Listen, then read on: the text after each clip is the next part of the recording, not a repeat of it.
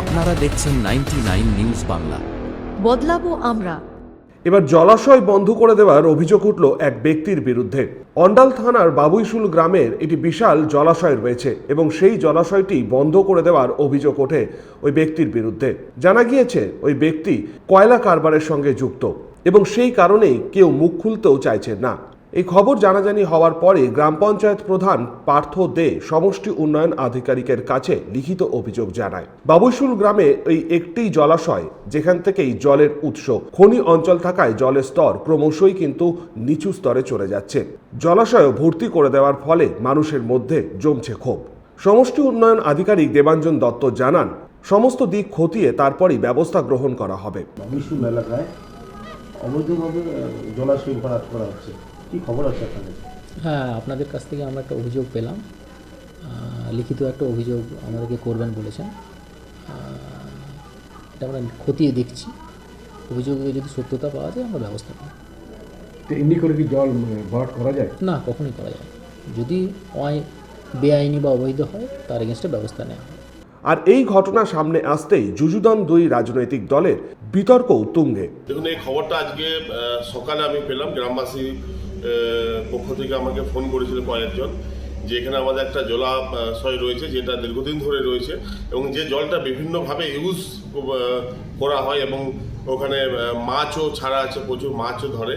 তো বর্তমানে ওই গ্রামে জলের ক্রাইসিস রয়েছে প্রচুর। আমি কদিন আগে একটা সাবমার্সাবলও করলাম পঞ্চায়েত থেকে। তো এই কারবারটা শুনলাম যে কোনো একজন ব্যক্তি করছে, যে সেই জলাশয়টাকে বন্ধ করার জন্য টোটালটা অবৈজ্ঞানিক পদ্ধতিতে করছে।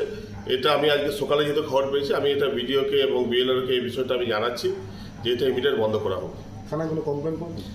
থানায় এই মুহূর্তে কোনো কমপ্লেন করছি না। আমি প্রথমে আমার ঊর্ধ্বতন যে সমস্ত প্রশাসনিক লেভেলে যারা রয়েছেন আমি বিডিওকে কমপ্লেন করি, তারপরে যা বলার আমি বলব।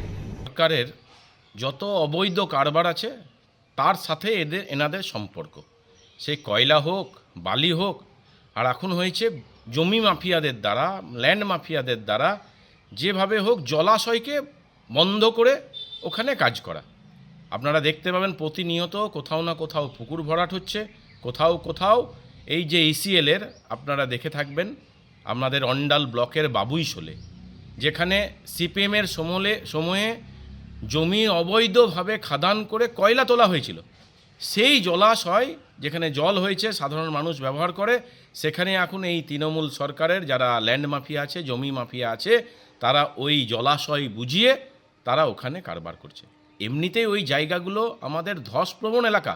প্রতিনিয়ত ওখানে দেখতে পাবেন আপনারা ধসের জন্য মানুষের বাড়ি ভেঙে যাচ্ছে, কুয়ো মাটির তলায় চলে যাচ্ছে। এখানে দেখা যাচ্ছে সরকারও কিছু জানে না, আর আমি ECL-কেও বলবো তারাও কোনো খোঁজ খবর রাখে না।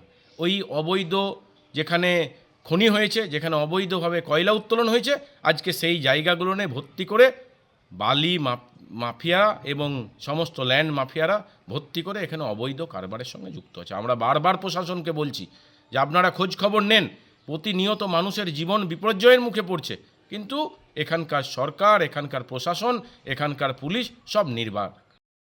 অন্ডাল থেকে প্রলয় বন্দ্যোপাধ্যায়ের রিপোর্ট, 99 নিউজ বাংলা।